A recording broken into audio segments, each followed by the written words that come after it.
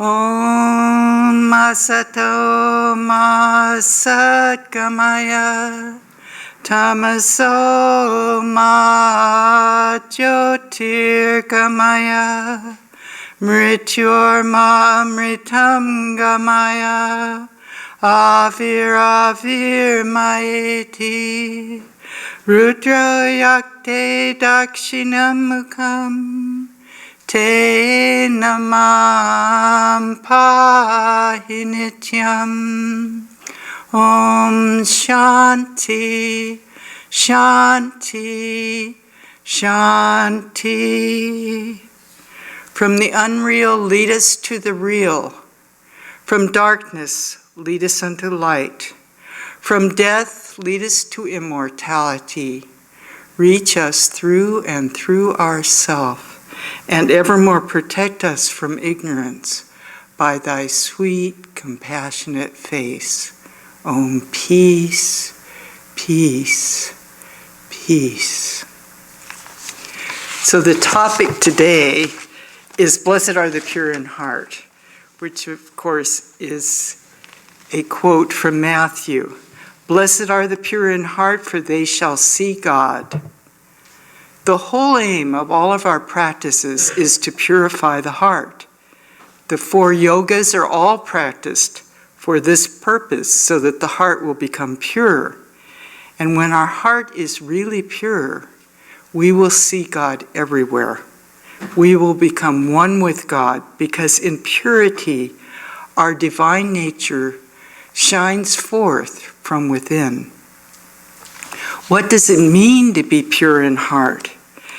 Purity is defined as a state of not being mixed with anything else, or the fact of being clean from all harmful substances. If we try to think about purity, what do we think of? How can we visualize it? One way that I was thinking was of a lake that is from melted snow high in the mountains, and that is so still that you can see every rock in the bottom of it. Or you can see the reflected sky up from above in the water. I remember once going out on a boat in a lake that was still like that, and the sky had white fluffy clouds, and when I looked down, it was like the sky also was beneath me. It was so pure, it was so reflected, that it just looked like we were floating in the sky. Or you might think of it as the vastness of a clear sky that reaches out infinitely forever. Or light, a bright light that is so pure that it consumes everything. All these are ways that we can visualize in our hearts what purity really means. It comes from the Latin word purus, meaning clear, clean, unmixed, chaste. When you're talking about something that is clean and unmixed, you're talking of something that is characterized by purity. It can also refer to one's own intentions and character. The soul's purity is its original and eternal form and nature of being clean and free from vices or negativity. Among the soul's 7 original qualities, it ranks first as being known as the mother of peace and happiness. Other than peace and happiness, bliss, it is generally accepted as the mother of all the other eternal qualities that are sometimes identified with the idea of soul, such as love, power, knowledge, and even mercy. These all come from purity. When a monk meets another person in North India, they say, Darshan Safhai, is your vision clear? This greeting means that everything depends on how we look at the world. To see the pure existence of God behind the multiplicity of things of the world, that's the angle of real vision. Beyond all name and form is God's benign existence, shining brighter than gold through everything that we're looking at. It was Kierkegaard who first published a book in 1938 by the title, Purity of Heart is to Will One Thing.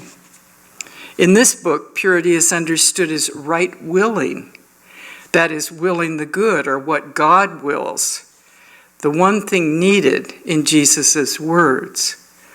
What he thought was the one thing may be different than what we think. But we also believe purity of the heart is to have one thought, and that one thought is God.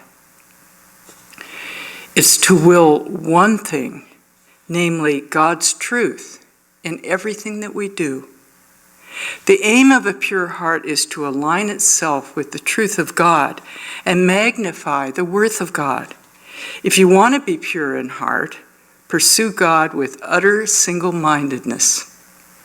Purity of heart is to will that one thing, to become one with God. Purity of heart is to know the one thing and see God in all beings and in everything. Peace is in the purity of God's presence. Being pure in heart involves having a singleness of heart toward God.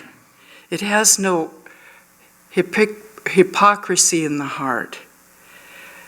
Sometimes we put on a false face for others, and even for ourselves, we try to fool ourselves. To make our heart and our lips one is to be pure. The pure heart is marked by a transparency and an uncompromising desire to please God in all things. It's more than an external purity of behavior. It's an internal purity of soul. There's a spiritual eye of wisdom, they tell us, between the two eyebrows. And when its vision opens, a fountain of joy is released. The whole universe is seen to be merged in bliss. We see God everywhere. Only an unconditioned happiness that we can guarantee is in the purity of your behavior. Independent of space and time, it's beyond alteration. When you've had even a glimpse of this type of happiness, your belief in goodness becomes unshakable. Compassion and love come naturally to you if you're pure in heart. Other people can totally trust you, and you can totally trust yourself. You lack nothing. What is the proof of God's existence? The seers say, I have seen him. You also can see him. When Swami Vivekananda asked Sri Ramakrishna if he'd seen God, the saint replied, yes, I see God more clearly than I see you. The true spiritual vision brings lasting bliss, and the mind is aware of the truth of the vision. There's a certainty that comes with it. Swami Brahmananda tells us that behind this mind of ours, there's a subtle and spiritual mind existing in seed form. Through the practice of contemplation, prayer, and japa, this mind is developed. And with this development, a new vision opens up, and the aspirant realizes many spiritual truths. Unless the heart and the mind are pure, the vision of God does not come. The nature of the mind can be changed by chanting the name of God. Gradually, desires and doubts cease, and the mind dissolves into its causality. Then there is none to think or imagine. Waves of desire in the mind show that the mind is active. The mind becomes pure only when it becomes waveless, like that clear water. The power of God descends on the pure mind, or it comes from within the pure mind, and only then does one realize the self that is behind. Always remember that to the pure mind, all things are pure. You may see many aspects of God and many spiritual forms, or you may see an ocean of light or a steady flame. There's no end to this God unfoldment, this knowledge of the infinite existence, infinite bliss. Light, more light. Is there any end to it? Again, Maharaj tells us when the mind becomes absorbed, a shining light is first experienced, then the mystic vision. And with this vision there comes a kind of higher and nobler joy. The mind is reluctant to give up this joy and move onward. But if the aspirant goes further, the vision of light will become concentrated into the form of the chosen ideal, and the mind becomes merged into that consciousness. End of quote. Swami Shivananda says, the more you try to enter within yourself, reaching the innermost recesses of your heart, the greater the light you will receive. Light cannot be found anywhere outside. It's all within you. The mother, the embodiment of light is within every heart. She is within me. She is within you. She is everything. She is in everything, from Brahman down to the smallest insect, in the movable and the immovable. Pray to Mahamaya, the firstborn. She holds the key in her hands. The realm of light will be opened up onto you, and she can graciously unlock that door. She alone is the source of the entire universe. We have all come from that mother, and eventually we will all merge in her again. That primordial energy, the power of Brahman, is beyond the reach of mind and intellect of ours. She manifests herself in the pure mind. Man cannot reach or understand her through spiritual disciplines alone. She's self-luminous. It's her consciousness that makes the whole world conscious. Hold on to that mother. She's within yourself. It is she who will open the way to the light. Dive deep within and you will discover that light. That's the essence of all the teachings. Be resigned to the mother. Pray to her earnestly, crying like a child, and then you will discover the light. A Christian might say, if we desire a perfect heart, a pure heart, we must ask for it, as David did. He said, "Search me, O God, and know my heart. Test me and know my anxious thoughts. See if there is any offensive way in me, and lead me in the way everlasting." We have to gain the courage to face our real selves and take a hard look at our own true motives. We're not fooling God. The chances are that we're not fooling as many people as we think either. We have to be willing to open our innermost beings to the thorough searching of God without fear, in simple faith. We must let God examine and change our real motives, because He can change them. Purity of heart deals with motives and hidden purposes. The writer of Proverbs says, "The purposes of a man's heart are deep waters." We often don't know ourselves, the inner workings of our own hearts. We need to look within. Paul says in Corinthians, "For now we see in a mirror dimly, but then face to face. Now I know in part, but then I shall know just as I am also known." To see God is to be brought close to Him. When we lose all sense of separateness, egotism will go and the mind will become single or pure, and only God will be there. The mind is also like a mirror. When it's clean, it gives a perfect reflection. But if it's covered with dust, no reflection at all. The more you can wipe off the dust, the better the reflection you'll get. Every mind can be a reflector of eternal truth, but the simple mind reflects it more clearly. The more you can remove the least trace of dust from the mind, the more you can get a perfect image of your true self. And what is that dirt that hides the image? Selfish desires. When the surface of the mind is calm and clear, the self is perfectly reflected.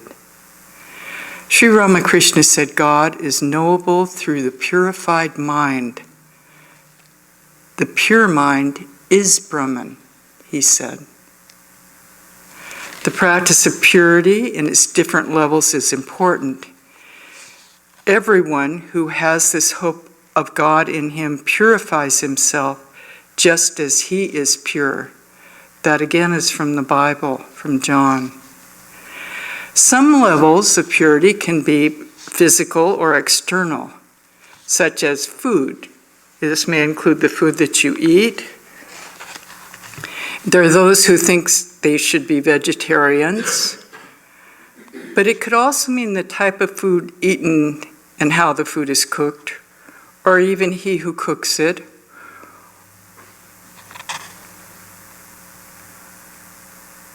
It could be in the clothes that we wear too. One of the things that helps sustain a level or degree of purity of the soul is soul consciousness. So simple and clean clothes that do not pull the mind and the senses to the body consciousness and to impure visions and impure thoughts are safeguards to purity. It could be in physical cleanliness.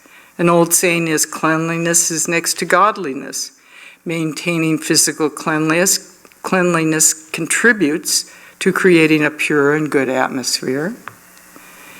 It could be in celibacy.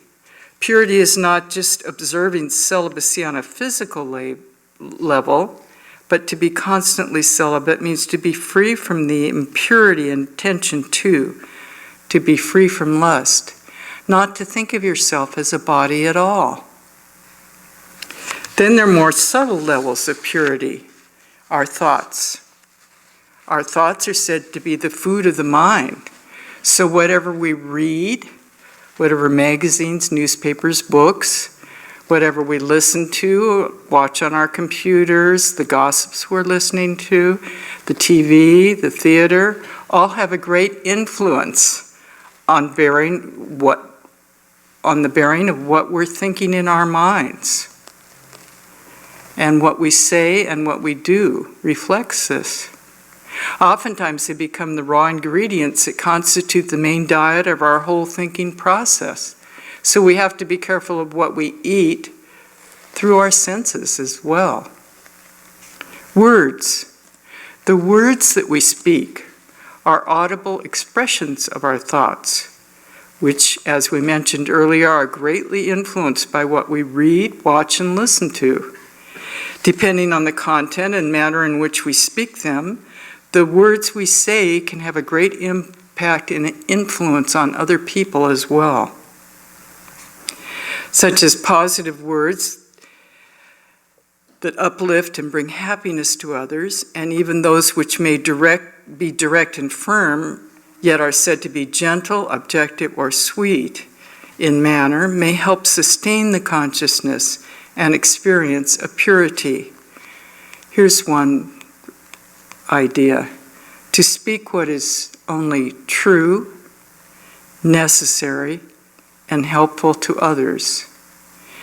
If you take this as a guideline, you'll find much of what we say is unnecessary as well.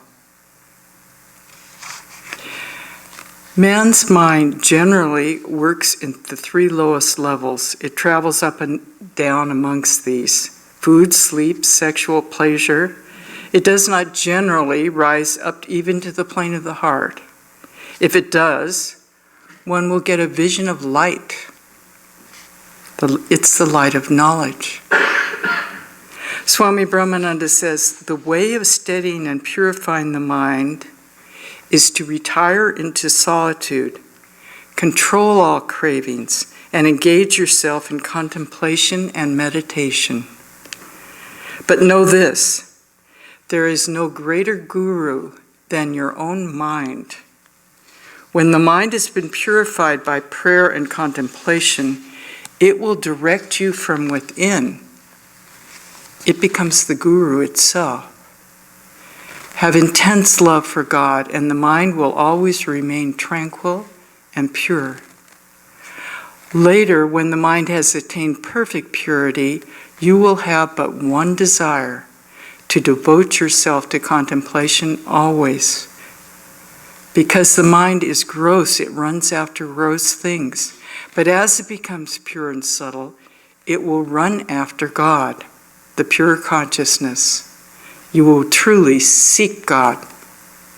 Swami Triyananda says, the pure portion in you is God himself. And Sri Ramakrishna used to say this, that the pure mind and the pure self are one. The mind gets purified as soon as its worldly characters are destroyed. The pure mind, that is which, fully believing in the unity of the self, sees the same Atman in all and deals with them accordingly. A pure mind is simple, it's truthful and straightforward, it's intelligent, sensitive, and reacts to circumstances in a positive manner, and it's not bound by that old conditioning. It responds from inner conviction and clear thinking. He sees the world with pure eyes and has the right knowledge and highest reaction to all events in his life. It's steady. It can see the differences between the real and the unreal. A pure mind rises from the mundane to the divine levels, where it sees God in all. It enjoys making all living beings happy. It does not impose on others or seek favors from others. A person with a pure mind lives with awareness of the higher goals of life and fulfills them. There's a story about a king who was said to have a pure mind. Once there was a king named Ranti Devi, and he was loving and generous toward all his subjects, and his mind was very simple and pure. He saw only goodness in everyone. For him, all creation was a reflection of his God, Hari, Krishna. He gave in general donations to the needy, treated the rich and poor and young and old, men or women, all alike. He believed he was made king and given wealth so that he could serve everybody. He was very popular with his subjects, as you can imagine, and was well known for his ability to solve problems and give perfect justice. Ranti Devi walked the path of bhakti with Sri Hari and performed his daily chores as offerings to the Lord. He was very pure. Once there was a severe famine, and Ranti Devi shared his food in the granary with all. He distributed all his wealth to the needy, and he and his family would only eat after everybody else ate. There were days when he and his family went hungry. The famine continued and conditions got worse. He and his family fasted for, it says, 48 days. It's a long time. And someone brought him a bowl of porridge made of wheat flour, sugar, and ghee. Overcome by hunger and thirst, he and his family finally sat down to eat. And an old Brahmin appeared at the door seeking food, and Ranti Devi received him with respect and offered him a portion of the food. As they all sat down to eat again, a beggar appeared at the door, and his face was pinched with hunger, so the king offered him a portion of the food. Then a sweeper appeared at the door with several dogs and begged for food, and the king gave him the rest of the porridge. The king and his family had nothing to eat, so they sat down to have a drink of water. Just then a low-caste man appeared, exhausted, dying of thirst. The king saw in him the form of Sri Hari, and offered him water to drink, praying, "O Sri Hari, give me strength to help all my subjects.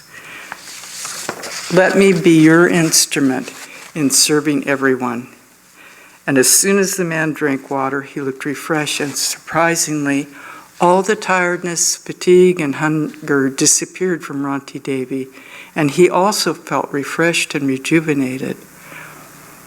Maya, the elusive power of Hari, appeared in front of him, and she blessed him, offering him vast riches. But his mind was so absorbed in the form of Sri Hari that he refused the wealth, as he had no more desires left. Maya disappeared, and the enchanting, effulgent form of Hari appeared. Ranti Devi worshipped him and sought blessings that his mind should always be one with God. He became a great yogi and finally attained perfect salvation. All this was possible due to his pure mind, his love and service toward his subjects and all living beings. Recently, Sri Ramakrishna took birth on this earth. He was said to be extremely pure, the embodiment of sattva guna.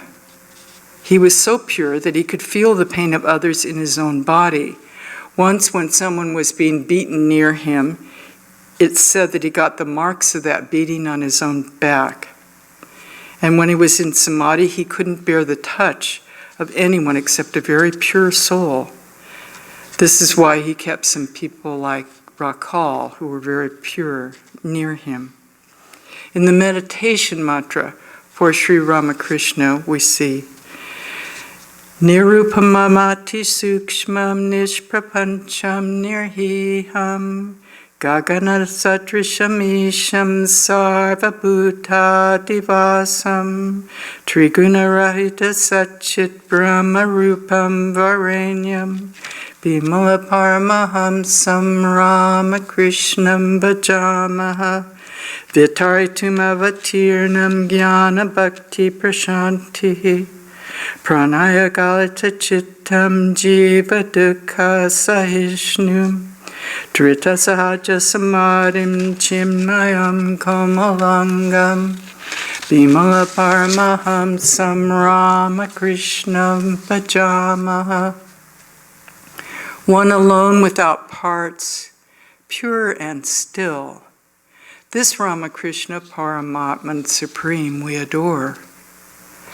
Subtle, fine, luminous, not even the shadow of the gross can ever reach him, for his purity is without parallel. Untouched by Maya's web of deceit, beyond the dark river of time and desire, vast as the sky, the Supreme Lord, the very essence of Brahman as existence and light, this Ramakrishna, Paramatman Supreme, we adore. Saturated with divine consciousness, his home is in all. He hears every cry. He knows every pain. Under the weight of his compassion, his heart can deny the needs of none. Born to raise the world with teachings of knowledge, love, and peace, born to bring mankind fresh songs of joy, this certain refuge of all, this Ramakrishna Paramahamsam, the Paramatman Supreme, we adore. When the heart is purified and the mind becomes one-pointed and subtle, pure, one attains the vision of God. Esha sarveshu bhuteshu guto atmana prakashate drishyate tvagraya buddhya sukshmaya sukshmadarshibhihi. The Atman hidden in all beings reveals itself not to all, but is seen only by the seers of the subtle, through their pointed and subtle intellect. This is from the Katha Upanishad. And it is said that that subtle intellect dwells in the heart. That is its center. The vision of God makes all imperfections vanish as the darkness goes when the sun rises. This is the essence of the Gayatri Mantra, where we pray for right understanding and illumination. Again, there's no difference between the purified mind and the true self of God. The mind is pure when it's single, that is, when it's devoted to one object. If you wish to see God, the only way is to get rid of the selfish desires and make your mind single. Try to get rid of the ego by cultivating a sense of oneness with all. Think that you're not superior to anyone, that the smallest insect crawling there is just as you are and has just as much right to live. When we lose all sense of separateness, egotism will go, and the mind will become single, pure, and only God will be there. The kaivalya, or the aloneness which the yogis strive for, actually means this singleness, absolute purity of mind and heart. Straightforwardness is considered to be a very great virtue. A man's heart is pure in proportion as he is open and guileless in his behavior. Try always to have a pure mind and holy thoughts. Sahaja, or simplicity, is a sign of this purity. It is purity of heart that is required. Everyone will achieve truth in accordance with his temperament when there is purity of heart. Once that is attained, we'll get rid of all desire. If we make our minds pure, the way will be easy, and we shall obtain spiritual bliss, comparable to nothing else in this life. Again, Brahmananda says, hold on to the truth. Be pure-hearted. The purer you become, the more your mind will be absorbed in God. Open your heart to Him. He will guide you along the right path. There's nothing more purifying than His name and meditating on Him. The chanting of the names of God purifies both the body and the mind. If your mind has become pure, you live with pure thoughts. Then no evil can touch you. Unless your heart is purified, God's grace is not revealed. Ramakrishna used to talk about the needle that is covered with mud and how it can't be attracted toward the magnet. The mud of the mind is washed away if one thinks of the Lord and meditates on Him and prays to Him with a yearning heart. At once the magnet of God will attract the needle of man's mind to Him, and the moment that mind becomes pure, divine grace will begin to flow. Through this divine grace, God is revealed.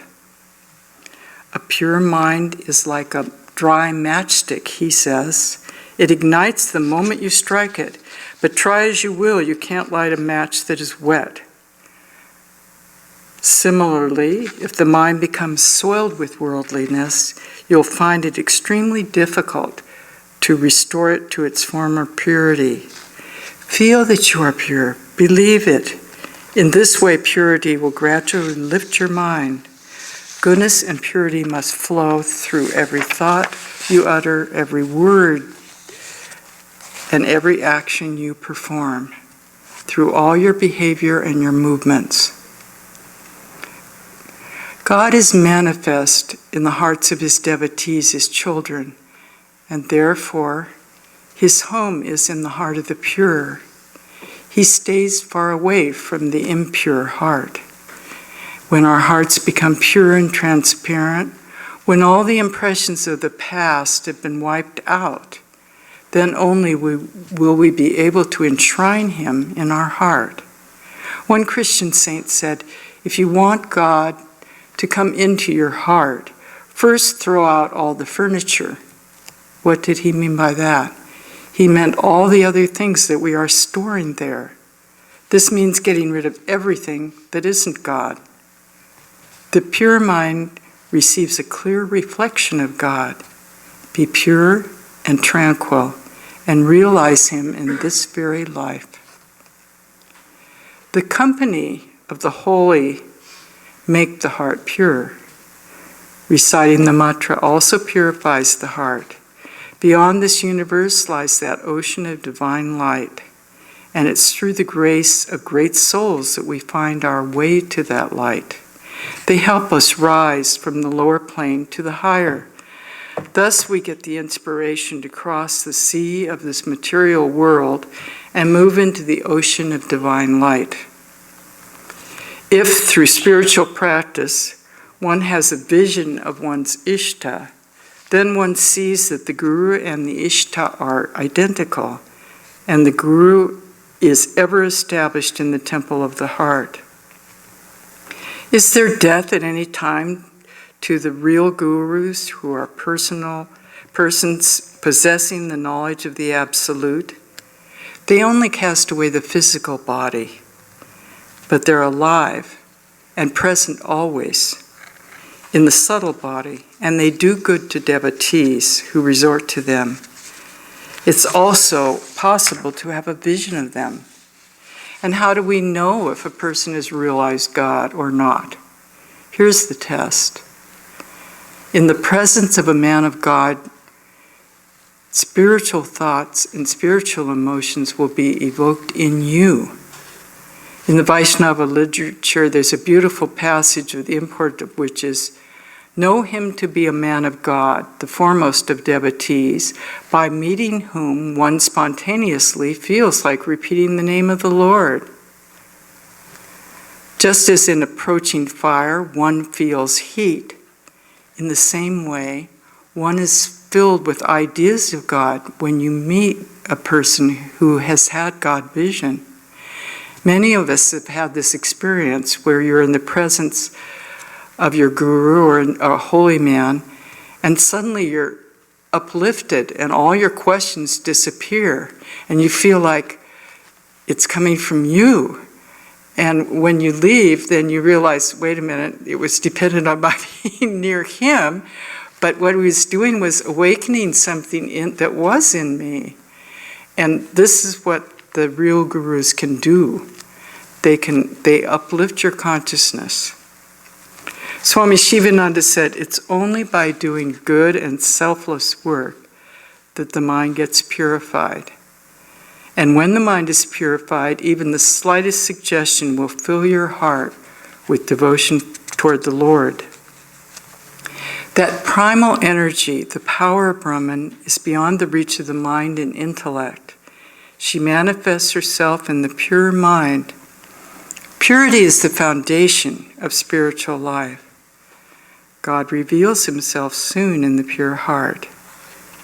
The main thing that counts is to call on him with all sincerity. As you go on calling on him and weeping for him, all the dirt of your mind is washed away and you become purified. And then that pure mind will act as a guru to you. You will then get all the answers from within yourself to the questions you may have about what you need to do and what you need to practice. This is when the mind becomes the friend of oneself, as it says in the Gita. Purity and guilelessness should be your watchwords. The Master forgives all failings except hypocrisy and self-deception. Purity is the basis of spiritual life. God manifests himself in the pure heart. Bear this in mind. Intense spiritual practice is necessary in order to see the divine in man. Once Sri Ramakrishna asked Swami Sardananda what he wanted, and he replied, I want to see God in all beings. Ramakrishna replied, this is the very last word in spirituality.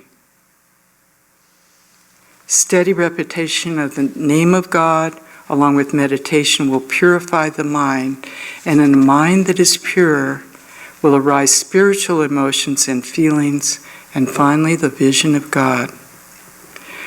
Swami Premananda says, always cultivate pure thoughts. Purity is strength, and purity is God. to live a life that no one may be an enemy to you. In Song of the Sannyasin, Swamiji says, "From me no danger be to aught that lives, in those that dwell on high, and those that lowly creep. I am the self in all. Thus cut thy bonds, sannyasit bold. Say Om Tat Sat Om. Seek not for the result of your action. This is the teaching of God. Your heart will thus be purified. Know that knowledge, love, and purity belong to your very internal nature. Fame, honor, and glories are foreign to our nature. Don't run after these. Always remember purity and steadfastness to truth. Make a God out of a man. Be completely pure and hold on to the truth. When the heart is purified, the mind becomes one-pointed, subtle, and pure, and one attains to this vision of God. Ramakrishna was the soul of purity and renunciation. Swami Adbhutananda tells us, be pure, be pure, be pure. You cannot comprehend God without purity. If you're not pure, you won't realize God, who is the embodiment of purity. In order to serve God, the true master of all, one has to purify their mind. He tells us, sometimes Vishwanath, that is the Lord Shiva, showers his mercy on me. But bear in mind, if you want his grace, you have to lie at his door like a faithful dog. The vision of God does not depend on your will. You have to resign yourself completely. Ramakrishna also says, be wholly surrendered. The moment you can give up everything and know your own nothingness, at that moment, that very moment, God vision will come and you will be free. You have to go beyond your mind and your senses. Then meditation will come of itself. This is the only way to get the inner vision, the only way to make your mind single and one-pointed. Instead of thinking about yourself, one should think of others, and this leads to a gradual elimination of the unsteadiness of the mind. Purification of mind means nothing but the annihilation of the egocentric idea and the removal of selfishness from the mind. At one point, Swami Vivekananda even went so far as to say, unselfishness is God. The more the mind expands, the more the egotistic ideas are annihilated. When the mind is freed from all impurities, the knowledge of Brahman gets revealed in that pure mind. By serving the lowly and downtrodden as Shiva, the Lord himself, one has one's own heart purified. In the pure heart, the Lord manifests himself of his own accord. In fact, glory pervades everything, but we can't see him because of our nescience. Remove the veil and you'll find him everywhere manifested. Sri Ramakrishna used to give the following explanation to explain the highest state of spiritual realization. Imagine that there's several vessels filled with water, and the sun is reflected in each one. Now break each vessel until only one remains with the sun reflected purely in it. Now you break even that last vessel, and what remains? Someone said, I think it was Girish, said, the sun itself. And Ramakrishna said, no, what is. Similarly, the self-luminous Brahman is reflected in the vessels of the mind, the senses, the ego, etc. Break these vessels, one after another, and go beyond the physical consciousness, the subtle body, the causal body, until you reach samadhi. Then you will see God. But here, even in this stage, the sense of separateness still remains. The last vessel has to be broken. Break it, and what remains? Brahman and Brahman alone. Who is there to see whom? Who to describe whom? There's a Sanskrit shloka which says, Yatra yatra mano yati tatra tatra samadaya. Wherever the knower of Brahman puts his mind, there he sees only God. Because his heart is pure, he sees God everywhere. Thank you. Om Shrinvantu Vishwe Amritasya Putra Ayedamani Divyani Tastu Vedahametam Purusham Mahantam Adityavarnam Tamasa Parastat Tvameva Viditva Atimrityureti Nanya Panta Vijate Yanaya Utishtata Jagrata Prapyavarani Bodhata Utishtata Jagrata Prapyavarani Bodhata. Hear ye, children of immortal bliss, even ye that dwell in the higher spheres. I have found that ancient one, who is beyond all darkness. Knowing him alone, you shall be saved from death. There is no other way. Arise, awake, and stop not till the goal is reached.